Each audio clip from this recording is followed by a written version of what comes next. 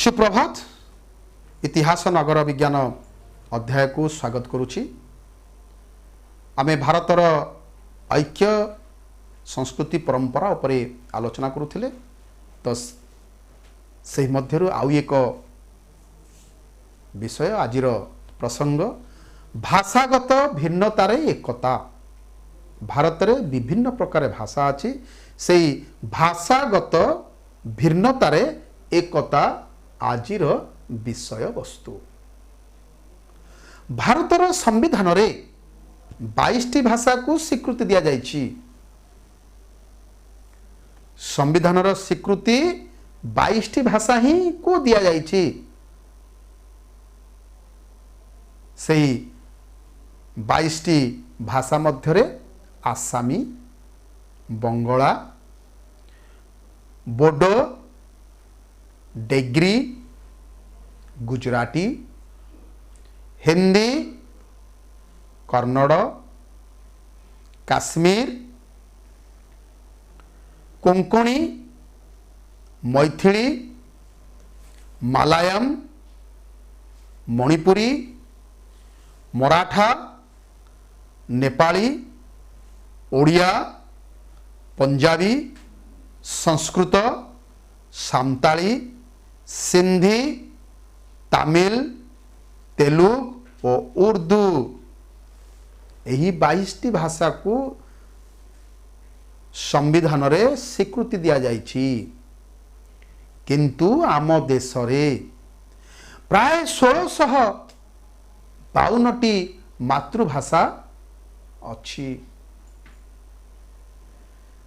एवं सही 1652टी मातृभाषा थिबार आम देश रे अनुमान करा जाए। यह व्यतीत 544टी कथित भाषा रहिछि। भारत रे प्रत्येक अंचल रे भाषा भिन्न एवं गोटिए अंचल रे एकाधिक भाषार व्यवहार मध्य देखा जाए। भारत रे विभिन्न अंचल रे भाषा मध्य अलगा अलगा रही अछि, भिन्न भिन्न प्रकार रही अछि। गोटिए अंचल रे मध्य एक प्रकार भाषा न होई अधिक भाषा मध्य होई थाए, 2-3टी प्रकार भाषा मध्य व्यवहार करा जाई थाए। इंग्राजी, अरबी और पारसी भली विदेशी भाषा मध्य भारत रे अनेक व्यक्ति व्यवहार करती। एही भाषागत भिन्नतार मध्य एकता रहिछि। भारतर सर्वपुरातन भाषा हेउछि प्राकृत। मने रखिबो, भारतर सर्वपुरातन भाषा हेउछि प्राकृत।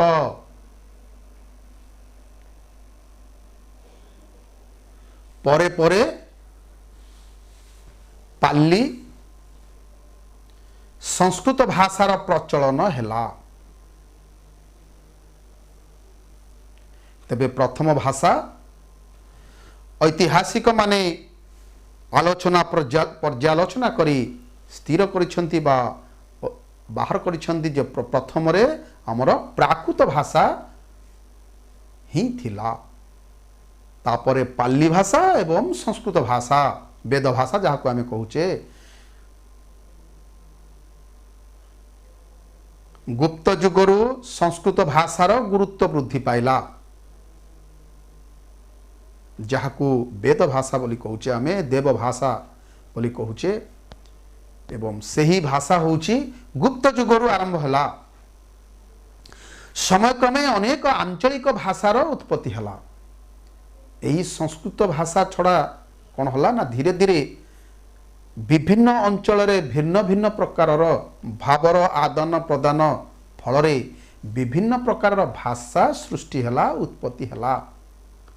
आंचलिक भाषा गुड़िकर बहु अंश संस्कृत भाषारु आनीत हेबारु ताहा भाषागत विभिन्नतारे एकता भाव आनिबार साहाय्य कला। विभिन्न अंचल रे भाषा अलग अलग हेले मध्य ତାହା ମୂଳ ଭାଷା ସଂସ୍କୃତ ଭାଷାରୁ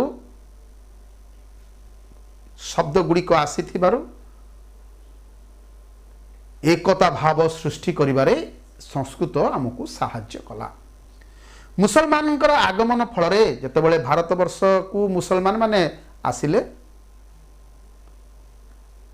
इस्लाम धर्मर व्यक्ति माने भारत रे बसवास कले बसति स्थापन कले सेतेबेले आफ फल सेमानंकर आसीबा फल भारत रे उर्दू और पारसी भाषा धीरे धीरे प्रचलन हैला। उर्दू और पारसी भाषा किंतु हिंदी भाषा सहित उर्दू और पारसी भाषा प्राय एका भली होइथिबारु सेमानक मध्यरे थिबा पार्थक्य अति सुस्पष्ट भाव में परिलक्षित हैला नाही। तेणु लोक एहाकु मध्य ग्रहण कले। या भितर किछि विशेष परिलक्षित हैलानि भाषा रे। तेणु लोक एहाकु ग्रहण कले। ब्रिटिश शासन समय रे जेतले भारत को ब्रिटिश माने आसिले एवं ब्रिटिश शासन कले सेतबेले इंग्राजी भाषार प्रचलन हैला एवं ब्रिटिश माने आम भारत रे इंग्राजी भाषार शिक्षा मध्य प्रचलन कले। विभिन्न विद्यालय मानकर शिक्षादान पद्धति प्रणाली मध्य इंग्राजी रे हैला एवं सरकारी कागज पत्र गुड़िक सब इंग्राजी भाषा रे प्रचलन मध्य करागला एवं यही सरकारी कागज पत्र प्रचलन फल कोर्ट कचेरी रे इंग्राजी भाषार व्यवहार हैला। यह समस्त भारतीयवासी को एक शासन अधीन रखिबा पई उद्दिष्ट थिला किंतु यह परोक्षरे भारतीय मानक मध्यरे एकता सृष्टि एकता भाव एक मनोभाव जागृत करिबारे साहाय्य कला। स्वाधीन भारत रे जेतले भारत इंग्रेज माने छाड़ी चली गले इंग्रेज मानक ठारू ए भारतीय माने भारतवर्ष को स्वाधीन कले।